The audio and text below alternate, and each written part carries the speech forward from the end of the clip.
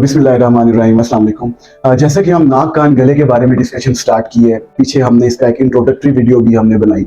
अब अगर हम नाक कान गले की बीमारियों के बारे में डिस्कस करना शुरू करें तो इनमें सबसे ज्यादा कॉमन एलर्जिक राइनाइटिस है, जिसको आम तौर पे नजला जुकाम भी कहा जाता है।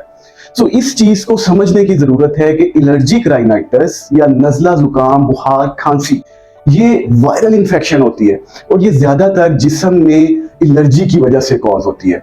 होता ऐसे है कि हमारे इन्वायरमेंट में बहुत ज्यादा पोल्यूशन है और बहुत ज्यादा ऐसे फैक्टर्स आ जाते हैं जिनकी वजह से हमें डिफरेंट किस्म के एलर्जेंस, वो चीजें जो इंसानी जिस्म को एलर्जी कॉज करती हैं, जिनकी वजह से इंसानी जिस्म में एलर्जी होना स्टार्ट हो जाती है, वो हमारे सांस वाले हिस्से को एलर्जी में मुब्तला कर देते हैं। जैसा कि नाक है, नेजल म्यूकोजा है, इसी तरह गला है, फ्रिंजाइटिस कॉज होता है, इसी तरह ईयर है, इसमें ओटाइटिस कॉज होता है। तो ये सब के सब चीजें किसी भी एलर्जन की वजह से, एलर्जी पैदा करने वाले किसी भी चीज की वजह से जब एक्सपायर होता है तो फिर जिस्म में डिफरेंट रिएक्शंस कॉज होते हैं, जिसकी वजह से बहुत ज्यादा स्वेलिंग होना स्टार्ट हो जाती है। नाक में स्वेलिंग होती है, गले में स्वेलिंग होती है, कानों में स्वेलिंग होती है और फिर सिम्टम्स आना स्टार्ट करते हैं आहिस्ता आहिस्ता से, जिनमें नजला है, जुकाम है, खांसी है, थकावट है, बुखार है।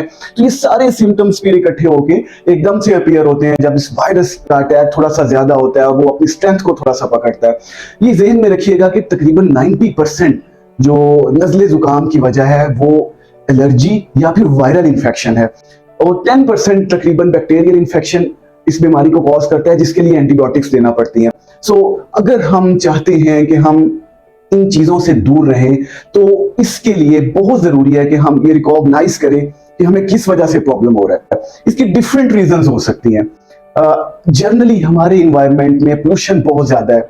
जो लोग डेली ट्रेवल करते हैं बाइक्स पे, रिक्शों पे, लोकल व्हीकल्स पे, उनका एक्सपोजर रहता है डस्ट से, पोल्यूशन से, डिफरेंट किस्म की गैसेस से जो रिएक्ट करते हैं और रिएक्शन की वजह से उन्हें एलर्जिक राइनाइटिस या नज़ला जुकाम कॉज हो जाता है। इसके अलावा हम पेशेंट्स को जनरली ये कहते हैं कि आप अपना मास्क वगैरह पहन के रखें, पोल्यूशन से दूर रहें। और अगर हम इसको फर्दर बढ़ाते चले जाएं तो इसमें और भी बहुत सारी चीजें शामिल हो जाती हैं और ये देखा गया है कि इन चीजों की वजह से भी एलर्जिक राइनाइटिस होता है। लाइक मैं आपको बताना चाहूंगा, बहुत सारे घरों में क्लीन बिछे होते हैं कारपेट्स, जिनसे डस्ट अक्सर उठती रहती है और बच्चे उन पे खेलते हैं, बड़े भी चलते हैं तो गर्द थोड़ी थोड़ी उठती है, उसकी वजह से एलर्जिक राइनाइटिस कॉज हो सकता है। बाज़ लोगों ने पेट्स रखे होते हैं घर में, पालतू जानवर, परिंदे, और उनकी लुक आफ्टर कर रहे होते हैं, उनमें भी पोलन्स इन्वॉल्व होते हैं और उसकी वजह से भी एलर्जी हो जाती है।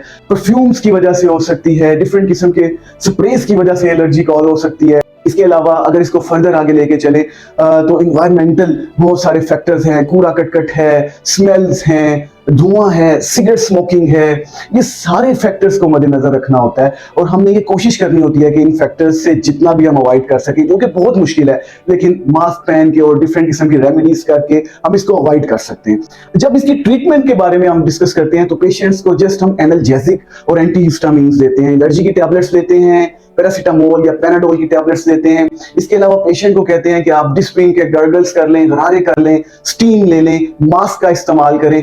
बहुत ज्यादा कोशिश होती है कि पेशेंट्स को एंटीबायोटिक से दूर ही रखा जाए, क्योंकि ज्यादातर ये एलर्जी या वायरस की वजह से होता है, जैसा मैं पहले भी बता चुका हूं। और 7 to 8 डेज में अगर प्रॉपर मेडिसिन ली जाए, प्रॉपर एनाल्जेसिक्स लिए जाएं, तो इसको हम क्योर भी कर लेते हैं और बॉडी इसके अगेंस्ट इम्यूनिटी भी डेवलप कर लेती है। लेकिन इस बात को दोबारा से समझने की जरूरत है कि अगर दोबारा से इन चीजों को एक्सपायर महीने बाद, 1.5 महीने बाद होता है तो जिसमें में दोबारा से वो एलर्जन आएगा और दोबारा से ये प्रॉब्लम हो जाएगी। सो ये सबसे कॉमन प्रॉब्लम है नाक कान गले की बीमारियों में एलर्जिक राइनाइटिस, जिसके बारे में हमने तफसील से डिस्कस करने की कोशिश की है। इसमें ज्यादा केयर है और कम दवाइयां हैं। So hope you will follow these guidelines ताकि आप इस किस्म की आम बीमारी से बच सकें। Thank you very much.